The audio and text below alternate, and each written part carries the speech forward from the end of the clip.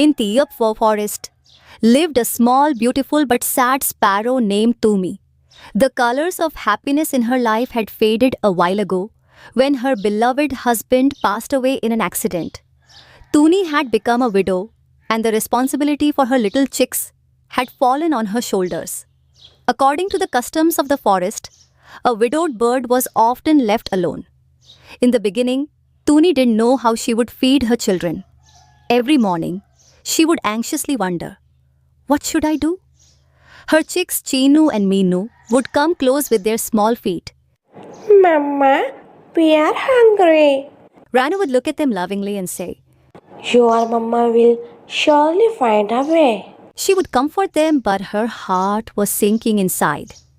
One day, as she sat sadly by her nest, she remembered the colorful things she used to see at the forest fair, especially one thing that everyone loved, Pani puri. From childhood, Tani had a passion for creating new flavors by mixing different fruits and natural ingredients.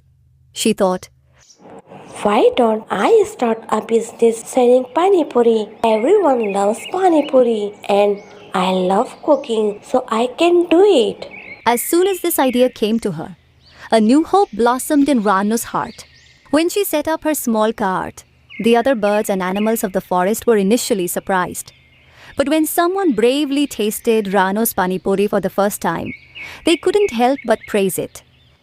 Wow, we have never eaten such delicious pani puri. Ranu's pani puri became famous throughout the forest. There was always a crowd of customers at her cart. Her children were now living comfortably, and she had built a new, bigger and stronger nest for herself. Her business was thriving day by day. Every evening when Rano returned to her nest, Chinu and Meenu would hug her happily. Chinu would ask, Mama, how many pani puri did you sell today? Rano would smile and say, A lot, my son. Now we will eat delicious food and we'll get some fruits too. Rano would forget all her sorrows seeing her children's happiness. In the same forest lived a crow named Kalu, who lived with his wife Gauri. Kalu and Gauri were both very envious and cunning. They absolutely disliked that a single widowed sparrow was being so successful. Kalu considered himself the smartest and wisest bird in the forest, and he couldn't stand anyone getting ahead of him, especially a sparrow. One night, as Kalu and Gauri sat in their nest, Gauri whispered in Kalu's ear, Carlo, look, that teeny sparrow. She was just a widow and now she has a line of customers. She has brought a shame upon us. How can this lone sparrow be more successful than us? Yes, Gauri, you are right. This is insult to us. We have to shut down her business. It's against our dignity. How is she making so much money when we are doing nothing? Kalu and Gauri hatched several plots to ruin Rano's business. First, they started spreading rumors. Kalu would go to every corner of the forest and say, Rano's pani puri isn't clean. She uses old fruits. I've seen her picking up things from dirty places myself. When these rumors reached Rano, Chinu and Meenu would get worried and ask their mama, Mama, is it true that your pani puri is dirty? Uncle Kalu and Auntie Gauri were saying this.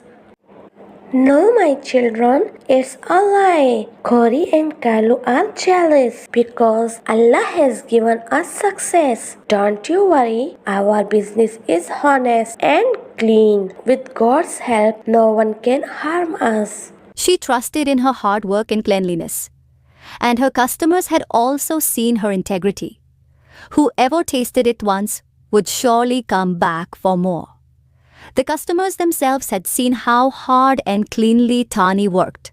The rumors had no effect. They once tried to mix some bitter herbs into Rano's pani puri to ruin its taste. But Rano was very cautious and kept all her ingredients safely. When Kalu tried to secretly add something to her ingredient box, Rano saw him. She quietly placed a sharp chili on Kalu the crow's beak, which made him sneeze a lot. All the animals of the forest were very angry with Kalu and Gauri's actions. They were furious at their envy and malice.